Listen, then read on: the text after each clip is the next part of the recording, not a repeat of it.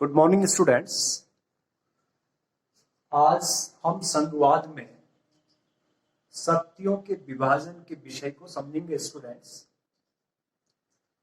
जैसे मैंने आपको लास्ट वीडियो में कहा था, विश्व के दो बड़े संघात्मक देश, आपको संघात्मक राज्य मैंने प्रयोग किया था, संविधान के अंदर राज्य का प्रयोग किया गया है, अमेरिका और भारत।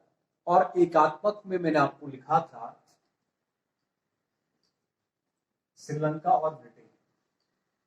संघात्मक में शक्तियों का विभाजन होता है केंद्र सरकार, राज्य सरकार और स्थानीय निकायों के मध्य में। एक विशेषता तो संघात्मक की थी। एक क्वेश्चन मैंने आपको छोड़ा था, भारत के संविधान के बहुत सारे स्रोत हैं, तो संघात्मक व्यवस्था को कहां से लिया गया है? तो इसका आंसर अभी तक मुझे नहीं मिला स्टूडेंट।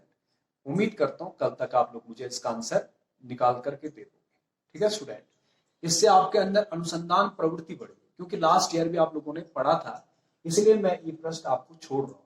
भारतीय संविधान के स्रोत लास्ट ईयर आप लोगों ने पढ़ा था। अमेरिका का संविधान है, कनाडा का संविधान है, आयरलैंड का संविधान है, ब्रिटेन का संविधान है, 1919 का भारतीय शासन का अधिनियम है। तो ये कहां से लिया गया संघात्मक को, ये आप लोगों को रिमाइंड करना है, लास्ट ईयर आप लोगों ने पढ़ा है। तो स्टूडेंट हम देखेंगे यहां पर केंद्र सरकार और राज्य सरकार के बीच जो शक्तियों का बंटवारा होता है उसके विषय होते हैं। केंद्र और राज्य के बीच, केंद्र की सरकार हमारे दिल्ली में बैठती है और राज्य की सरकार अपने राज्यों में, जैसे हमारे देहरादून के अंदर है। ठीक है, तो इन सरकार में शक्तियों का बंटवारा देखिए। जैसे आजकल आप लोगों ने सुना होगा कि पश्चिम बंगाल के अंदर चुनाव की रैली करते हुए मोदी जी को, जेपी नड्डा को और अमित शाह को वहां की एक मुख्यमंत्री रोक दे रही थी। इनका नाम क्या था? ममता बनर्जी। अब आप लोग देखेंगे पूरे देश का प्रधानमंत्री है और उसको एक राज्य की मुख्यमंत्री कैसे रोक सकती है? तो ये थोड़ा अलग लगता है, लेकिन स्टूडेंट पावर है, अपनी अपनी पावर है, उसी पावर को हम यहां पे समझेंगे। ठीक है ना, कि अपनी अपनी जगह सबका पावर है। एक क्षेत्राधिकार होता है किसी भी चीज का, तो वो क्षेत्राधिकार शायद ममता बनर्जी के पास है, तो इसलिए वो ऐसा कर पा रही थी। तो वो क्यों क्षेत्राधिकार उसके पास है? वो उस विषय के अंदर आता होगा जो विषय इसके पास है। जैसा आप इसको ऐसा समझ सकते हैं, अगर आपको हिंदी में आपके नंबर गुरुजी ने 8 दे दिए और आपको लग रहा भाई कि मैंने ठीक किया था, मेरे 9 आने चाहिए, तो इसको रिचेक करने के बाद ये अधिकार जो है उसे अध्यापक को होता है कि वो रिचेक करके उसको करेक्ट कर दे। गणित का अध्यापक सामान्य तो नहीं कर सकता, सुझाव दे सकता है, उसको बोल सकता है कि हाँ भाई वास्तव में गलत है, लेकिन कर नहीं सकता है। ठीक है, अपना अपना विषय है, अंग्रेजी वाले का विषय अलग है, विज्ञान वाले का विषय अलग है।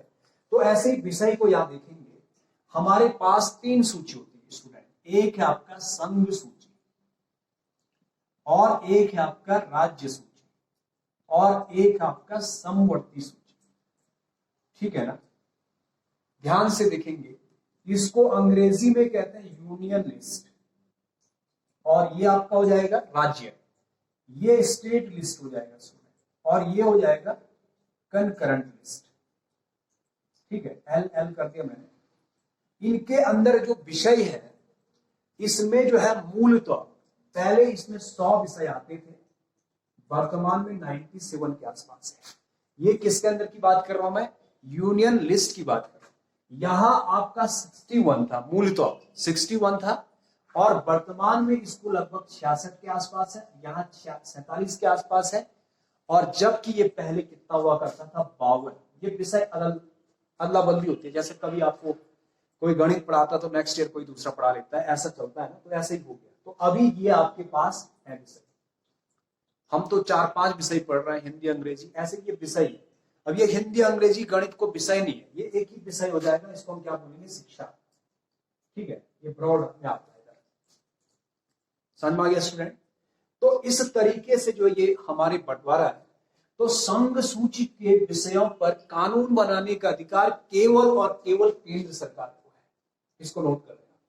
संघ सूची की विषय पर जितने भी विषय है 97, ये वाली सरकार उसमें कानून नहीं बना सकता है, राज्य की सरकार ये बनाएगी। स्टेट लिस्ट में जितने सब्जेक्ट्स हैं, आई मीन एट प्रेजेंट 66 है, यहां बढ़ा दिए, तो उस पर केवल राज्य की सरकार कानून बनाएगी, समझ में आ गया स्टूडेंट। और 47 यहां पर है, तो इनमें ये और ये दोनों सरकार कानून बना सकती है। लेकिन इस पे ध्यान दें, यदि समवर्ती विषय के एक ही विषय पर दोनों सरकार ने कानून बना दिया और दोनों के कानून में विरोधाभास है, अंतर है, तो केंद्र सरकार का प्रचलन में रहेगा, राज्य सरकार का वहीं पर निरस्त माना जाएगा, अगर एक ही चीज को पकड़ करके दोनों कानून बनाते हैं। तो स्टूडेंट ये बात आज जो आपने लिखा है, सॉरी पढ़ा है, इसको आप लोगों ने लिखना है। मुझे लग रहा है कि आपको समझ में आ गया होगा।